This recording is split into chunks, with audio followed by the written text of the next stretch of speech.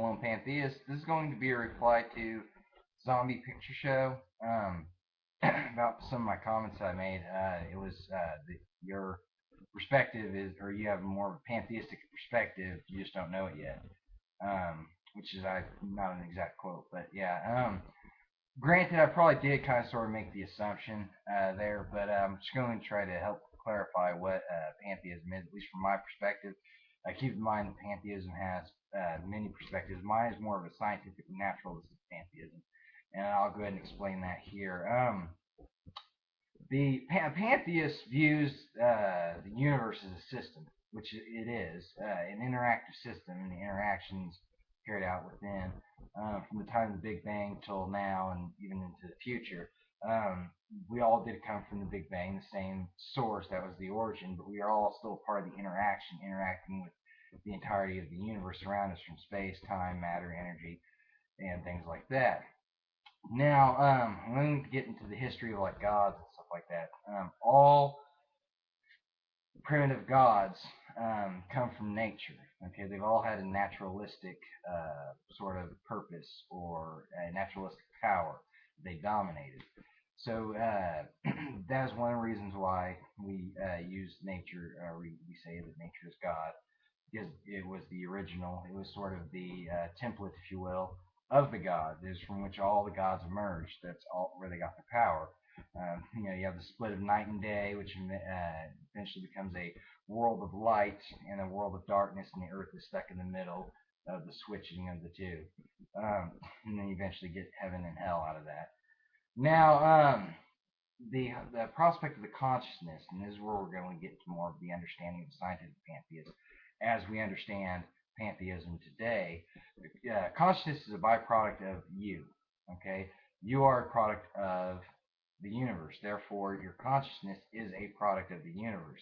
It interacts and it affects the universe from all the activities that you do that you consciously are aware of, even the unconscious, I suppose, but subconsciously it's like that. But the consciousness, because it's a product of you and you're a product of the universe actually does have a property of consciousness. It actually is a property of the universe. And that's where the pantheist understanding comes in, is to understand that pantheism or the pantheistic understanding of the universe is that we live in a system that's interactive. We're all interconnected.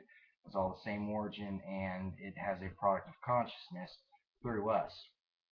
So basically, the fact that everything is God. Now, one of the quickest ways to really understand the philosophy of a pantheist would probably be to look up Brahman, that concept in Hinduism, which is where I came to the sort of thing, the pantheism and the science together. I came from a more scientific point of view.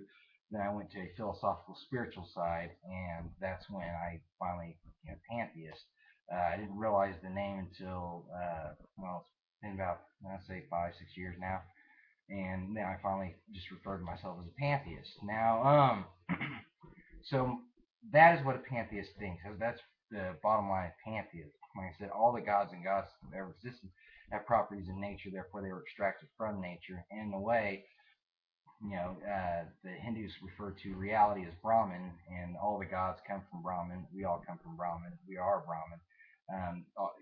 That could be equated with reality and nature, and all the gods were extracted from nature as a specific property of nature or an attribute of nature, and we as well come from nature. So therefore, that it's the concept of oneness, this interconnectedness that collectively everything operates with the laws of physics included and laws of thermodynamics. These are all part of the universe that collectively they operate to maintain the system of reality, and the system of reality has a product of consciousness because we are conscious.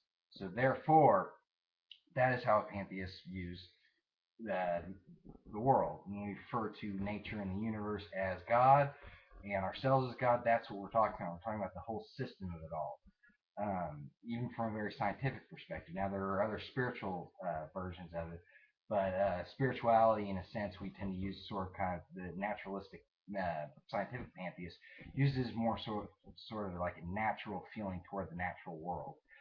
This could also transcend death in terms of reincarnation, the E equals MC square equation in which matter and energy cannot be created nor destroyed.